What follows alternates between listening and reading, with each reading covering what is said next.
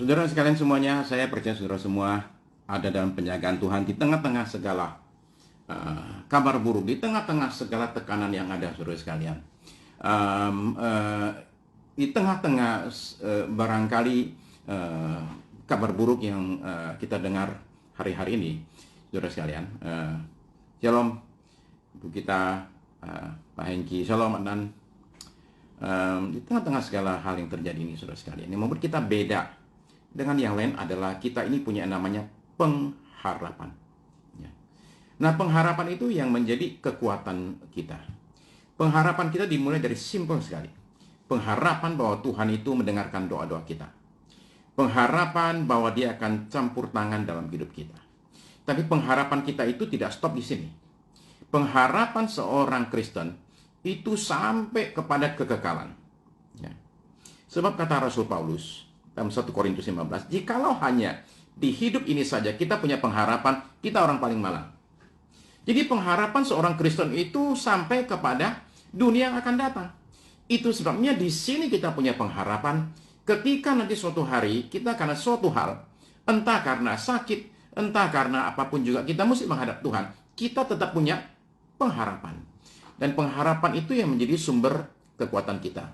Saudara sekalian, di tengah-tengah segala kabar buruk, seorang anak Tuhan itu tetap berdiri teguh dan menyatakan kebaikan Tuhan. Itu beri kita kekuatan, saudara sekalian, dalam menghadapi tekanan begitu hebat ini. Dan di tengah-tengah segala tekanan yang ada, seorang yang percaya kepada Yesus itu akan tetap menaikkan puji dan sembahnya kepada Tuhan. Dia akan tetap menyembah Tuhan. Jadi kita punya contoh yang luar biasa sekali di Alkitab, cerita klasik tentang Paulus, ya, yang lagi di dalam penjara. Di Kisah 16, dan memutuskan untuk tengah malam saat orang mestinya lagi tidur, ya, tengah malam saat orang semua terkapar, di situ mereka Paulus dan temannya itu memutuskan untuk nyanyi, saudara. Bayangkan nyanyi, ya. Tapi kan bukan nyanyi sembarang nyanyi, mereka nyanyi menyembah Tuhan, dan di situ muncul kekuatan. Mazmur 91, ayat yang pertama sampai dengan ayat yang ke-16. Mazmur 91 ayat 1 sampai 16. Orang yang duduk dalam lindungan yang maha tinggi dan bermalam dalam naungan yang maha kuasa akan berkata kepada Tuhan, tempat perlindunganku dan kubu pertahananku, Allahku yang kupercayai. Ayat 3, sungguh Dialah yang akan melepaskan engkau dari jerat penangkap burung, dari penyakit sampar yang busuk. Dengan kepaknya ia akan menundungi engkau, di bawah sayapnya engkau akan berlindung, kesetiaannya ialah perisai dan pagar tembok. Engkau tak usah takut terhadap kedahsyatan malam, terhadap panah yang terbang di waktu siang, terhadap penyakit sampar yang berjalan di dalam gelap, terhadap penyakit menular yang mengamuk di waktu petang.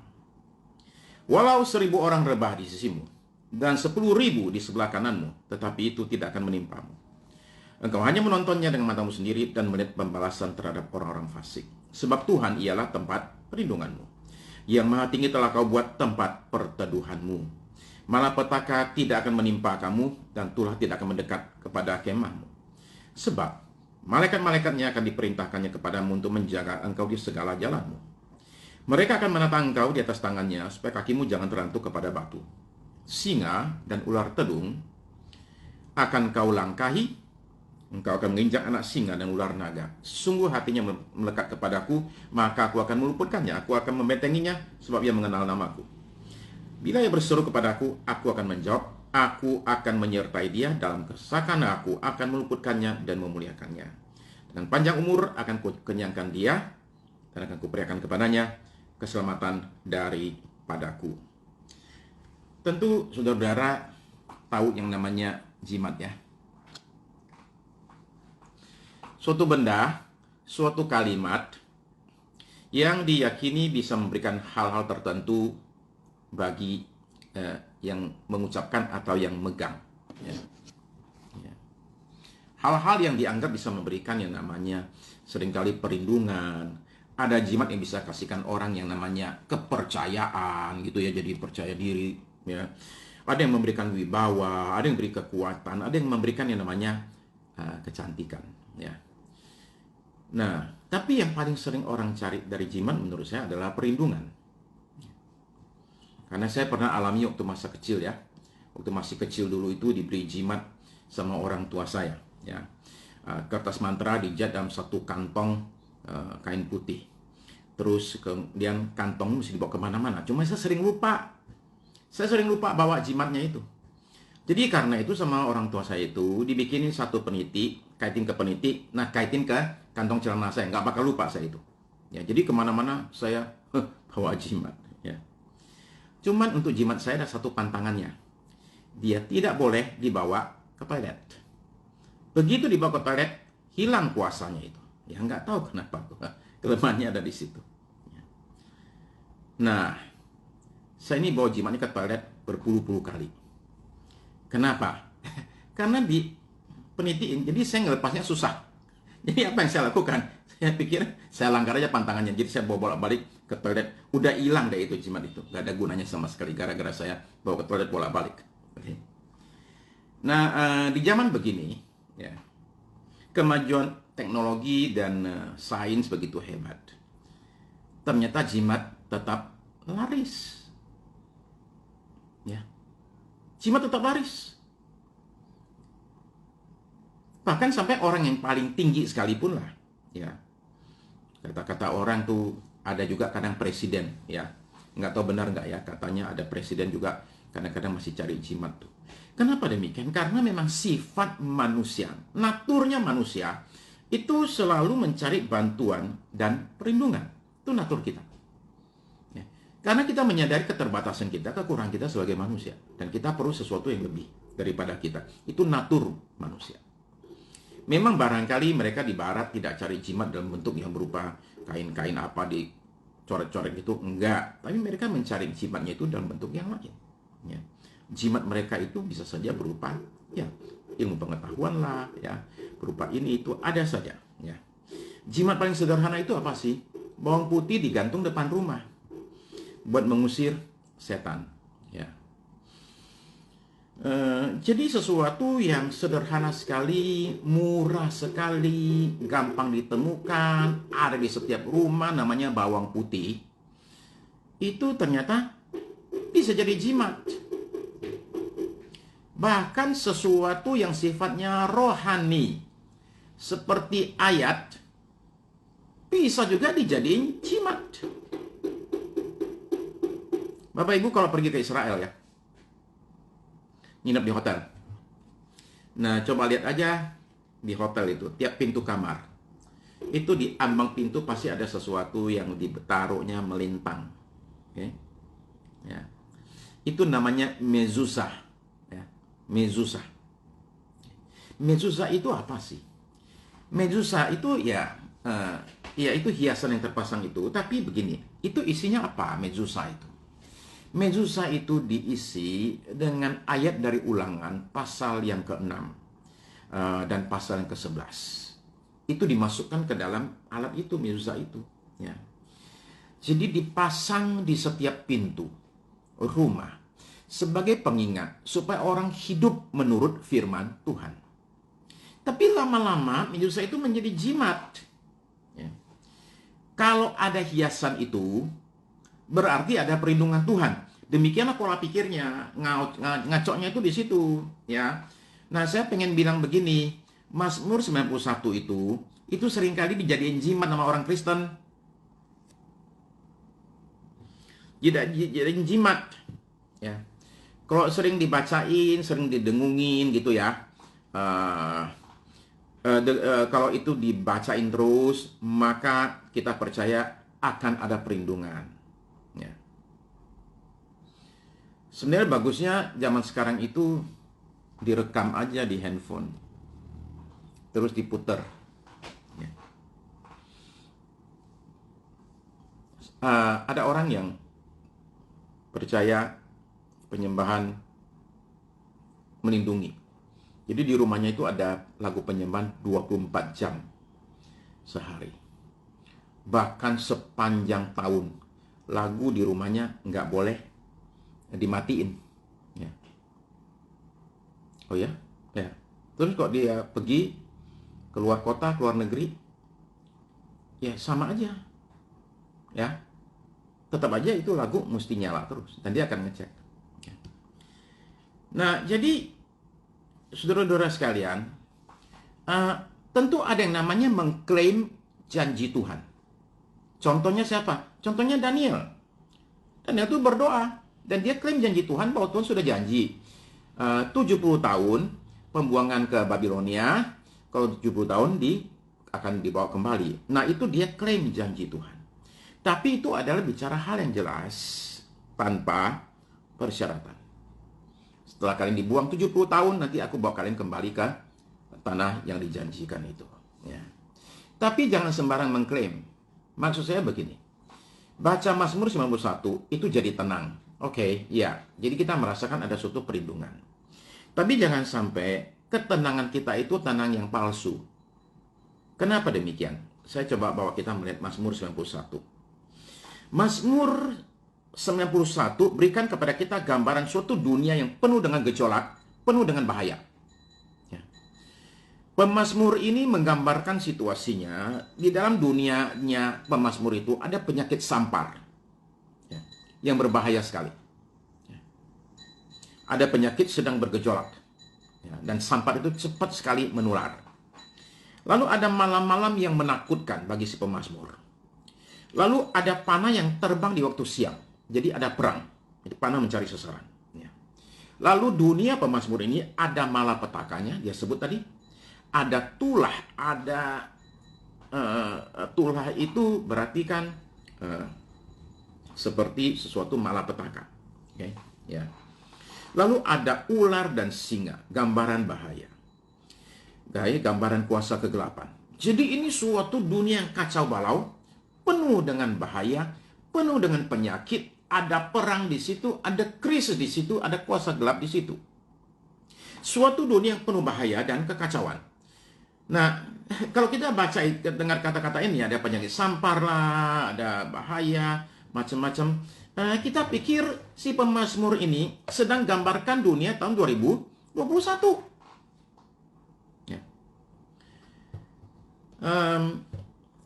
Varian Delta yang muncul pertama kali di India. Itu ternyata di Israel itu membuat vaksinnya Pfizer yang semula efektifnya itu 90 sekian persen. Itu ternyata turun tinggal 64%. Ya. Yang sudah 2 kali divaksin dengan Pfizer pun ternyata tetap kena dengan varian Delta. Kemungkinan krisis ekonomi itu membayang-bayangi dunia, Bapak Ibu sekalian. Amerika mencetak uang terlalu banyak. Dolarnya dicetak terus. Jumlahnya nggak tanggung-tanggung. Miliar-miliar dolar tiap bulan dicetak. Sehingga ini akan membawa sesuatu krisis yang nggak akan bisa dihindari. Cepat atau lambat, krisis ekonomi dunia akan terjadi. Nah, tetapi kita nggak bicara krisis ekonomi dunia. Kita bicara krisis ekonomi pribadi. Ya. Di Indonesia, dalam setahun saja pandemi ini, sudah hampir 10 juta orang nganggur. Barangkali lebih, kita nggak tahu. Ya. Tapi ini angka dari Kompas. Hampir 10 juta. Kemudian jumlah orang miskin. Ya. Yang tahun-tahun lalu berhasil ditekan, sekarang sudah mencapai kembali 2 digit 10%. Banyak orang susah, banyak orang di PHK, banyak orang gajinya dipotong, banyak orang kehilangan bisnis. Nah, bagaimana manusia menghadapi kehidupan yang penuh gejolak dan bahaya ini di tahun 2021? Mari kita lihat COVID ya. COVID ini menunjukkan manusia ada beberapa macam. Macam yang pertama, namanya COVIDiot. COVIDiot itu apa? COVID campur idiot jadi satu. Namanya COVIDiot. Yaitu orang sudah tahu dirinya positif COVID, masih jalan-jalan, masih pergi ke mall, masih makan di restoran. Udah tahu dia positif, bisa nularin orang. Masih juga jalan-jalan, masuk restoran, pergi ke mall. Itu namanya COVIDiot. COVID-idiot. Ya. Itu istilahnya, ya. Itu yang pertama. Tipe manusia kedua adalah tipe orang pasrah. Diwakili oleh mereka yang tetap saja keluar rumah. Kenapa? Karena kalau nggak keluar, nggak makan. Kita kasihkan contoh mereka, contoh lah para driver Gojek, ya, Grab dan lain sebagainya. Mereka itu adalah tulang punggung dalam hidup manusia sekarang di kota besar. Bayangkanlah sekarang kita ini kalau tidak ada mereka yang antar makanan dan lain sebagainya, seperti apa kehidupan manusia di kota besar, terutama Jakarta. Ya, nah ini orang yang sudah pasrah. Dia bilang kenalah, ya udah, habis gimana? Ya, itu orang pasrah. Ada kelompok namanya orang nekat. Orang nekat itu seperti apa sih? Contoh, orang di India, saya punya fotonya.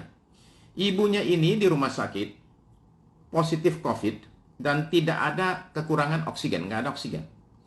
Tahu nggak si anaknya ngapain?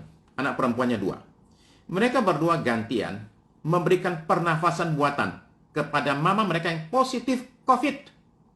Mereka tempelin mulut mereka ke mulut mama mereka dan tiupin nafas. Itu nekat. Lalu kemudian ada tipe orang yang bosan hidup, yaitu mereka yang masih kumpul-kumpul dan makan-makan, kerumunan. Ya. Lalu yang terakhir, ada orang berani, ya, yaitu diwakili oleh para nakes. Orang berani. Ya. Nah, tadi saya pernah nonton video satu. Ya. Para petugas nakes ini mendatangi satu rumah yang dalamnya itu ada orang lagi sakit, orang suami istri, anak mereka masih kecil, nggak bisa urus diri sendiri, orang tua nggak bisa mengurus anak. Ya. Nah ini para nakes datang. Begini, sekalipun para nakes ini berani dan terlatih, tetap saja mereka pakai namanya APD. Ya, tetap saja pakai namanya APD. Ya, jadi masih ada perhitungannya. Berani tapi ada perhitungan. Manusia itu mencari perlindungan, saudara-saudara sekalian. Ya. Dari kita bisa bicara awal sekali lah ya, manusia menyadari kekurangannya. Maka manusia menciptakan namanya baju, melindungi diri sendiri. Dia rasa ada yang kurang, ya, menghangatkan ini. Lalu kemudian membangun namanya rumah. Tapi manusia butuh lebih daripada sekedar baju dan rumah saja. Ya. Dia perlu perlindungan lebih lagi. Mark Zuckerberg yang punya Facebook, tahun lalu, tahun 2020, biaya perlindungannya dia untuk melindungi dia saja itu adalah 23, sekian juta dolar. Kalau kita rupiahkan, angkanya itu sekitar 340 miliar. 1 tahun untuk perlindungan dia dan istri anaknya. Jadi setiap hari dia perlu 1 miliar rupiah. Setiap hari. Tidak kenal hari libur, nggak kenal yang namanya hari Minggu, tanggal merah, nggak kenal hari raya, nggak kenal. Pokoknya tiap hari 1 miliar mesti dikasihkan untuk melindungi namanya Mark Zuckerberg. Jadi saudara sekalian, manusia mencari perlindungan. Tapi semua kita akhirnya menyadari bahwa Tuhan itu adalah sumber perlindungan yang terbaik. Maka kata Mazmur 91 ayat 2, katanya orang akan berkata kepada Tuhan, tempat perlindunganku dan kubu pertahananku, Allahku yang kupercayai. Lalu, begini saudara sekalian, setelah si pemazmur mengatakan Tuhan itu tempat perlindungan dan kubu pertahanan, terus dia kasih list, dia kasih daftar apa saja perlindungan yang diberikan Tuhan buat kita. 1, melindungi kita dari penyakit. Nomor 2, dari serangan. Ya. Nomor 3, dari kuasa kegelapan. Lanjut terus. Ya. Nah, kita tahulah, ada banyak sumber perlindungan. Ya. Ada orang anggap uangnya bisa melindungi dia, koneksinya, kedudukannya bisa melindungi dia. Ya. Tapi pemazmur itu menyebut Tuhan dengan nama yang khas. Dia bilang Tuhan itu yang maha tinggi, Elyon. Kemudian yang maha kuasa, El Shaddai. Ya. Demikian tingginya Tuhan itu sehingga tidak terjangkau. Demikian kuasanya sehingga tidak ada yang bisa mengalahkan dia. Jadi Tuhan itu adalah kategori tersendiri, tidak bisa dibandingkan dengan siapapun juga. Nah, kalau kita bicara tentang uang, saudara sekalian, uang itu bisa berikan perlindungan, menjadi pegangan banyak orang, macam-macam. Bisa beli pistol, bisa beli pengawal, ya. Nah, masalahnya, saudara-saudara sekalian, ya, adalah begini, bahwa uang itu gampang terbang, gampang pergi, uang itu terbatas. Memang dalam kasus tertentu, uang itu bisa melindungi. Dan saya rasa itu justru yang bahaya.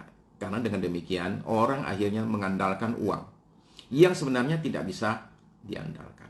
Ya. Uang itu tidak bisa menghindari orang mati. Ya. Nah, saudara sekalian, Tuhan itu tempat perlindungan yang terbaik buat kita. Tapi tolong ingat baik-baik bahwa perlindungan yang Tuhan berikan di Mazmur 91 itu ada syaratnya. Nah, ini yang perlu kita perhatikan. Sudahkah saudara memenuhi syarat itu? Sebab banyak kita terlena, terpaku, terfokus pada janji Tuhan, dan kita tidak perhatikan syaratnya itu. Banyak orang menjadi kecewa. Ya. Tuhan itu tidak seperti iklan, ya. Diskon 90%. Terus ada kecil-kecil di bawah sana. S dan K berlaku. S dan K, syarat dan ketentuan berlaku. TNC, Terms and Conditions. Ya. Nah, itu ditulis kecil-kecil. Tuhan nggak kayak gitu. Tuhan itu beda. Dari awal sekali, dia sudah bilang, ini syarat dan ketentuannya. Ya. Ayat 1. Orang yang duduk dalam lindungan yang maha tinggi dan bermalam dalam naungan yang maha kuasa. Ya. Ya. Ayat 9. Sebab Tuhan ialah tempat perlindunganmu, yang maha tinggi telah kau buat tempat perteduhanmu. 14. Sungguh hatinya melekat kepadaku, maka aku akan meluputkannya. Jadi, kalau saudara-saudara menemukan di sini, itu semua bicara tentang syarat. Ya.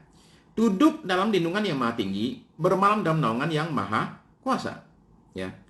Terus kemudian, yang maha tinggi telah kau buat tempat perteduhanmu. Ya. Jadi kita yang membuat. Ya. Kemudian hatinya melekat kepadaku. Hati mesti melekat kepada Tuhan. Ya. Aku akan membentengnya sebab mengenal namaku. Kita mesti mengenal nama Tuhan. Jadi perlindungan yang luar biasa ini hanya terjadi kalau ayat 1 itu, kalau saudara duduk dan bermalam. Duduk dan bermalam. Kalau dalam kita bahasa Inggris, saudara temukan bahwa ayatnya itu adalah dwell. Ya. Dwell itu artinya berdiam. Jadi saudara-saudara sekalian, perlindungan di Mazmur 91 tidak akan terjadi kalau saudara cuma mampir. Saudara cuma mampir dalam lindungan yang maha tinggi. Apa artinya mampir? Mampir itu adalah cuma lewat sebentar. Ya. Cuman ngomong apa kabar sebentar, halo, terus pergi, itu namanya mampir. Nah, kalau orang cuma mampir dalam lindungan yang maha tinggi, nggak akan terima perlindungan. Hanya mereka yang duduk dan bermalam. Ya. Duduk dan bermalam, baru berlaku perlindungan itu. Jadi pertanyaannya, saudara-saudara sekalian, sudah saudara duduk dan bermalam? Ya. Itu yang menjadi kuncinya. Jadi orang jangan kemudian mengeluarkan ayat ini dan kemudian kalau ada masalah protes sama Tuhan. Kenapa Tuhan nggak melindungi, dan lain sebagainya. Okay. Nah, saudara terkasih, duduk. Duduk itu bukan berdiri. Duduk itu bukan berdiri. Duduk itu artinya nggak pindah-pindah. Ya. Orang yang duduk nggak bisa pindah. Orang kalau pindah itu mesti berdiri. Duduk itu nggak bisa pindah. Ya. Duduknya itu di tempat persembunyian. Ini adalah gambaran keintiman dengan Tuhan. Jadi intinya, saudara-saudara sekalian, bahwa ketika kita ini merindukan dan mengharapkan perlindungan Tuhan, maka kita perlu sadar juga, ya betul juga ini, ada uang kalau sudah ada kena COVID sekarang, tidak ada ranjang sama sekali, uang nggak berlaku.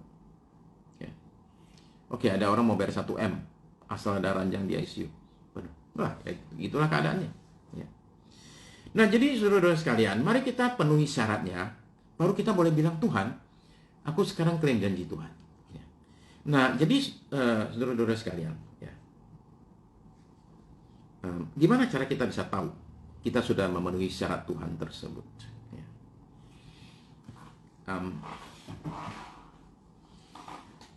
Orang itu tidak duduk dan bermalam dalam lindungan yang maha tinggi pada saat krisis terjadi. Ya. Dia mesti sudah bangun suatu hubungan dengan Tuhan sebelum krisis. Sekalipun bagus juga sih kalau krisis orang cari Tuhan, itu sering terjadi. Itu nggak apa-apa. Tapi kalau orang ingin suatu perlindungan, kalau istilah saya ini vaksinasinya ini, vaksin dari Tuhan, diberikan buat kita saudara sekalian. Maka kita itu jangan sudah krisis, baru nyari vaksin. Vaksinnya itu sebelumnya. Sebelum ada berbagai masalah. Sebelum bahaya datang.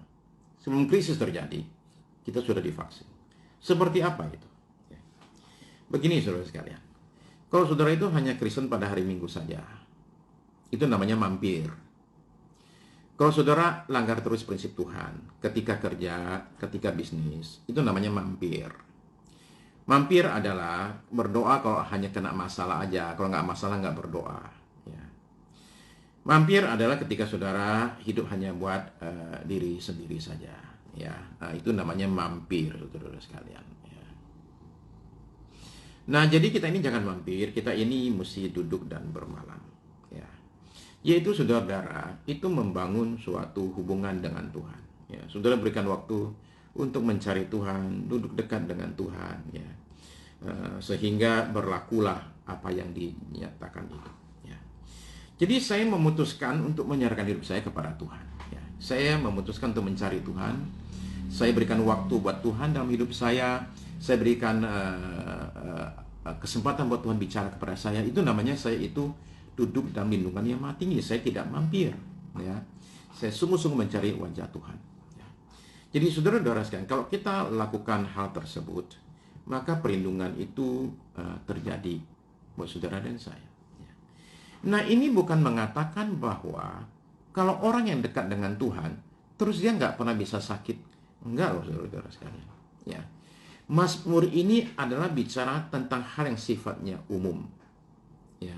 Kalau begini, ini begini. Itu prinsip yang terjadi. Oke. Jadi, saudara-saudara jangan bertanya, kalau demikian kenapa ada pendeta kok bisa meninggal karena COVID, ya. Berarti pendetanya nggak dekat dong sama Tuhan dan lain sebagainya. Kita nggak tahu hal seperti demikian, saudara sekalian.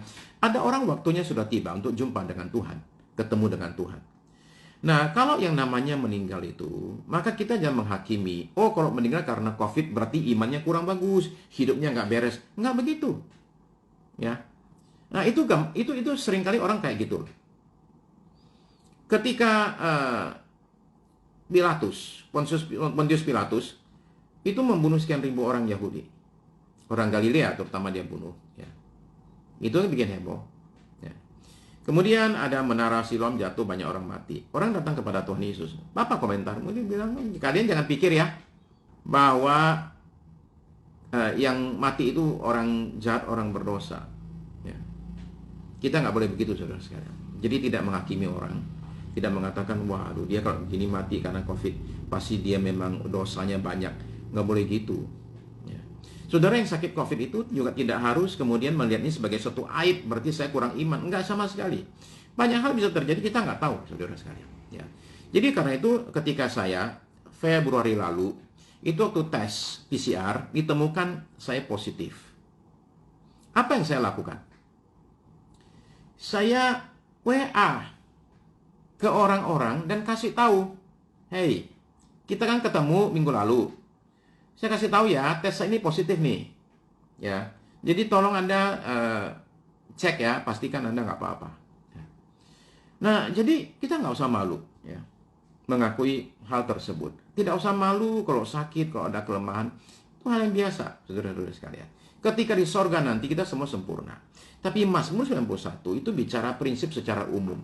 Ya, inilah yang terjadi kalau seseorang itu berlindung dalam Tuhan, dia akan terlindungi. Dan itu memang terjadi.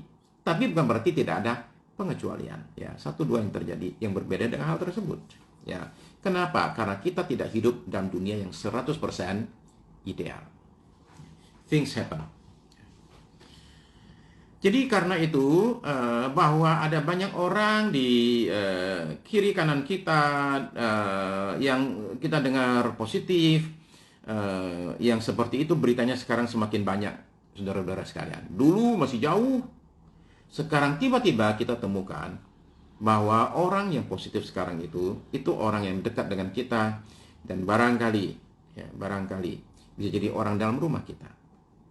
Dalam situasi begini, saudara-saudara sekalian, kita ingin datang ke hadapan Tuhan dan memohonkan perlindungan Tuhan dinyatakan. Jadi doa kita tidak hanya buat mereka yang sakit, tapi mereka yang serumah dengan yang sakit. Ya.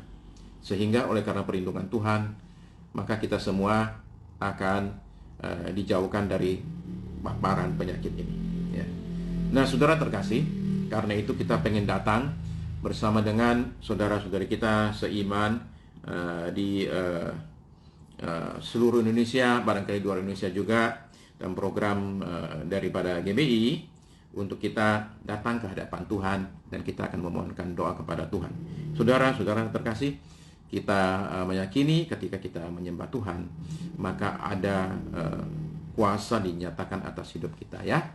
Mari kita jaga hidup kita benar di hadapan Tuhan, ya. Sungguh-sungguh di hadapan Tuhan, perlindungan akan diberikan buat kita, saudara dan saya.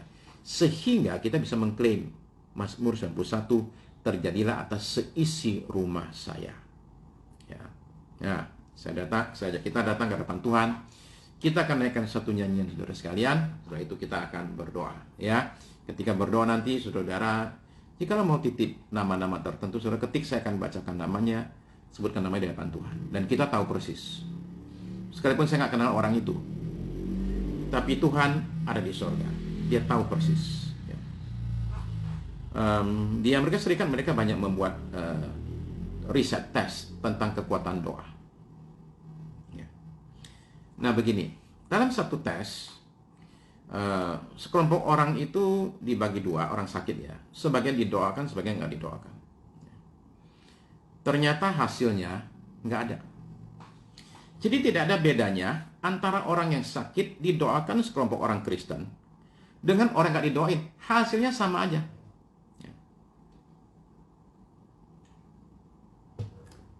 Kalau demikian percuma dong didoain. Begini, mesti tanya dulu yang doain Kristen macam apa. Ketika dicek, ternyata para dokter riset itu menyuruh yang doa itu sekelompok orang aliran sesat. Ya, saya lupa nama panjangnya. Tapi itu orang-orang yang bahkan tidak mengakui Yesus itu sebagai Tuhan. Ya, tapi Kristen ngakunya. Orang-orang yang dianggap sebagai aliran sesat yang ngaco banget disuruh doain. Tidak percaya mujizat, nggak percaya kesembuhan, suruh doa. Ya ngaco lah hasilnya lah. Tapi sudah akan temukan bahwa ada riset demi riset yang menunjukkan bahwa kuasa doa itu luar biasa, sekalipun yang berdoa tidak kenal dengan yang didoakan. Jarak jauh. Terjadi perubahan, itu ada terdokumentasi dengan baik. Ya. Terdokumentasi dengan baik. Kuasa doa, jarak jauh, tidak kenal orangnya. Ketika kita doa kepada Tuhan Yesus, maka kuasa menjamah orang yang didoain itu. Terjadi perubahan dalam diri mereka yang didoain. Sangat jelas terlihat. Saya punya hasil risetnya yang menunjukkan hal demikian. Jadi mari kita berdoa dengan penuh iman dan percaya, saudara sekalian, bahwa ketika kita berdoa terjadi sesuatu, ya. Tuhan akan bekerja, akan menyatakan kuasa dan berkat-Nya. Ya, jadi sebelum kita berdoa, kita datang ke hadapan Tuhan dan kita minta Tuhan menyatakan perlindungan-Nya.